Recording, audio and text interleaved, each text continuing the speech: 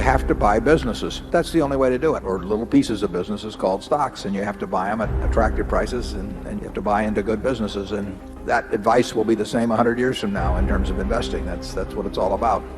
Coca-Cola went public in, I think it was 1919. Stock sold for $40 a share. 1 year later, it's selling for $19, gone down 50% in 1 year.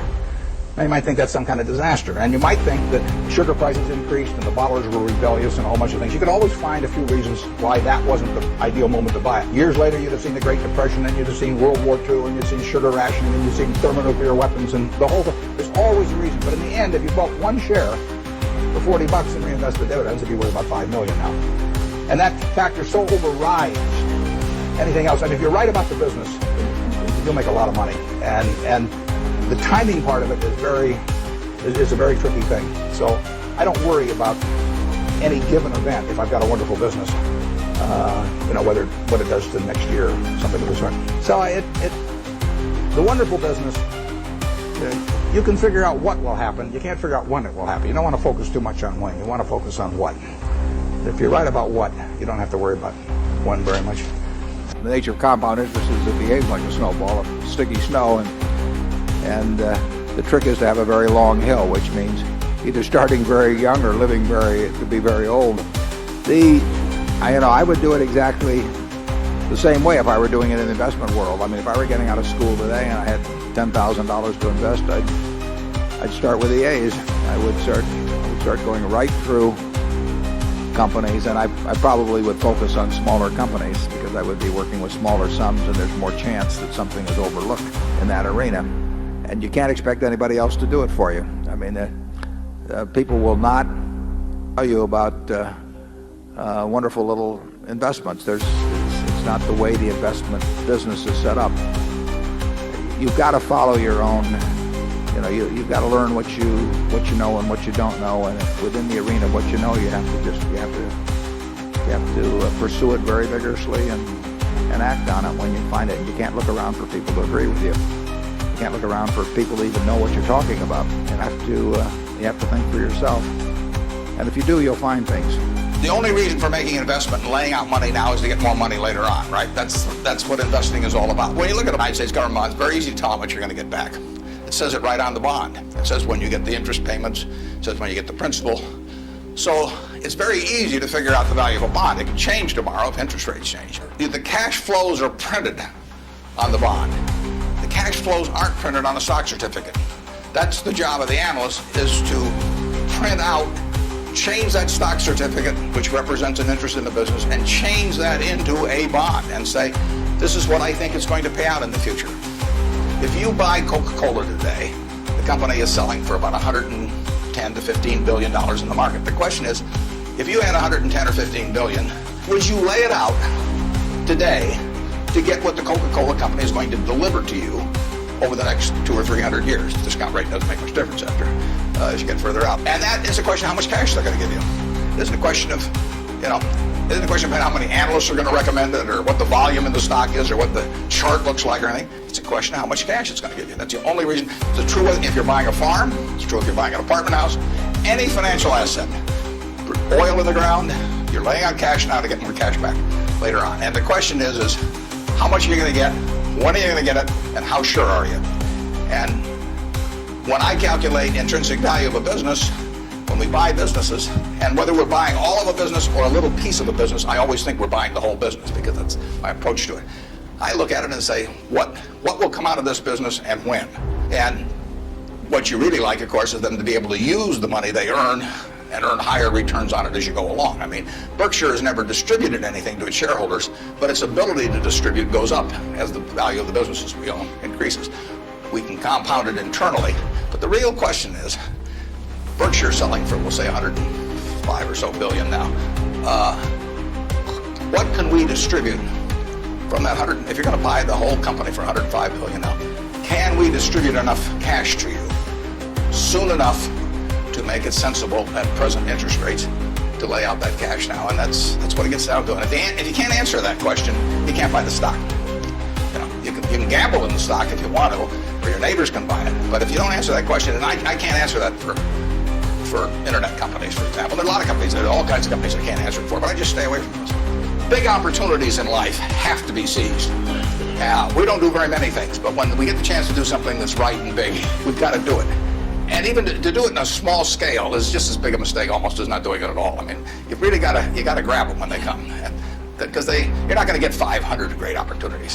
When I started out, I had way more ideas than money. I mean, I would go through Moody's manual. I went through it page by page, and then I went through it again page by page.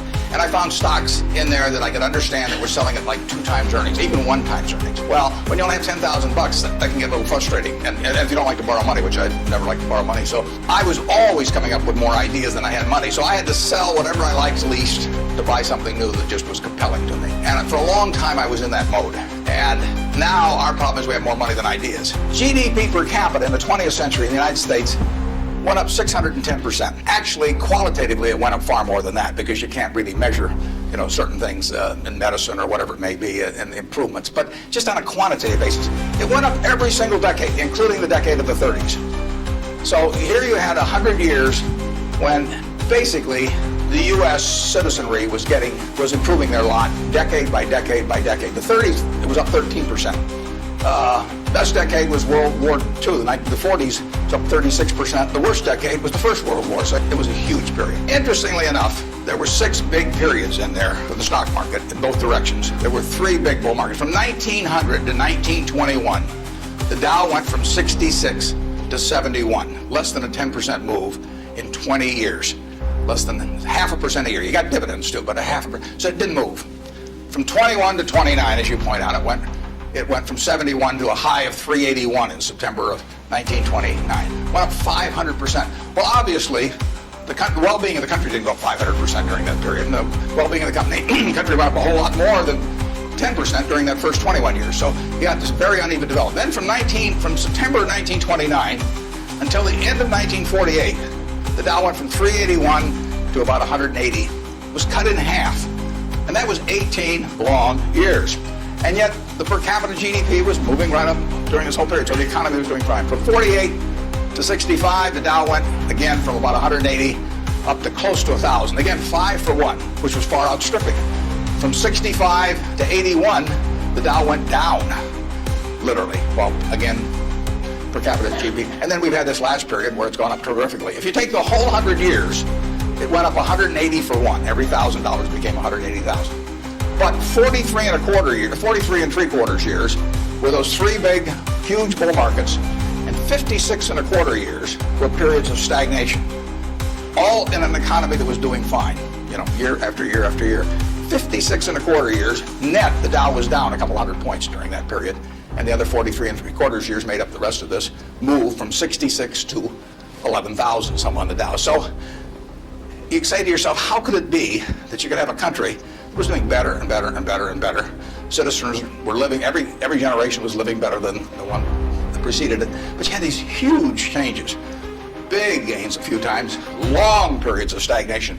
20 years, that's a long time to do nothing. The answer is that investors behave in very human ways, which is they get very excited during bull markets and they look in the rearview mirror and they say, I made money last year, I'm going to make more money this year, so this time I'll borrow, or the neighbor says, I wasn't in last year when that neighbor was dumber than I made a lot of money, so I'm going to go in this year. So they're always looking in the rearview mirror.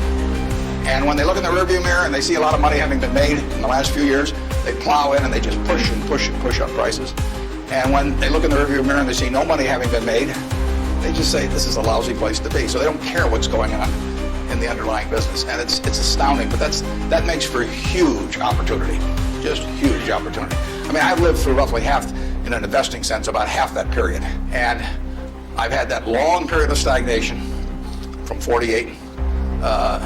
65 to 82, 17 years. I wrote an article for Forbes in 1979. I just said, how can this be? Pension funds in 1970 put 100% and some of their new money in stock because they were wild about stocks. Then they got a lot cheaper, and they put a record low in, 9% of their net new money in 1978 when stocks were way cheaper. People behave very peculiarly in terms of their reactions because they're human beings, and they get excited when others get excited, they get greedy when others get greedy, they get fearful when others get fearful, and they'll continue to do so. And you will see things you won't believe in your lifetime. And securities markets. And the country will do very well over time, but you will see these huge waves. And And if you can stay objective throughout that, if you can detach yourself temperamentally from the crowd, you get very rich. And you won't have to be very bright. I mean, I'm sure you are, but you want, it doesn't take brains. It takes temperament. It takes the ability to sit there and look at something. When I started out in 1950, I would go through and find things at 2 times earnings, and they were perfectly decent businesses, and people wanted jobs at those companies, and everybody knew they were going to be around, and they wouldn't buy them at 2 times earnings, and that's when interest rates were 2.5%. Things can go on a long time that don't make sense, but they do come to an end. I mean, the internet thing. I mean, you had these companies selling for many billions of dollars that had practically no prospects of making any money. That's a bubble. But Herb Stein one time said, anything that can't go on forever will end. Think about that. And particularly think about it next time you're trying to do something just because the stock's gone up a whole lot, and your neighbors made money or something. You've got to think objectively and think about, would I buy this whole business? It's an internet company, it's got 100 million shares out, it's selling at 100, that's $10 billion. Is it worth $10 billion? If it's worth $10 billion, it's got to be able to give you, 700 or 800 million next year. And if it doesn't give you 700 or 800 million next year, it has to give you maybe 10% more than that the year after and continue to. There aren't a lot of businesses that can do that. And people just go crazy. But you got to do sensible things to get good results.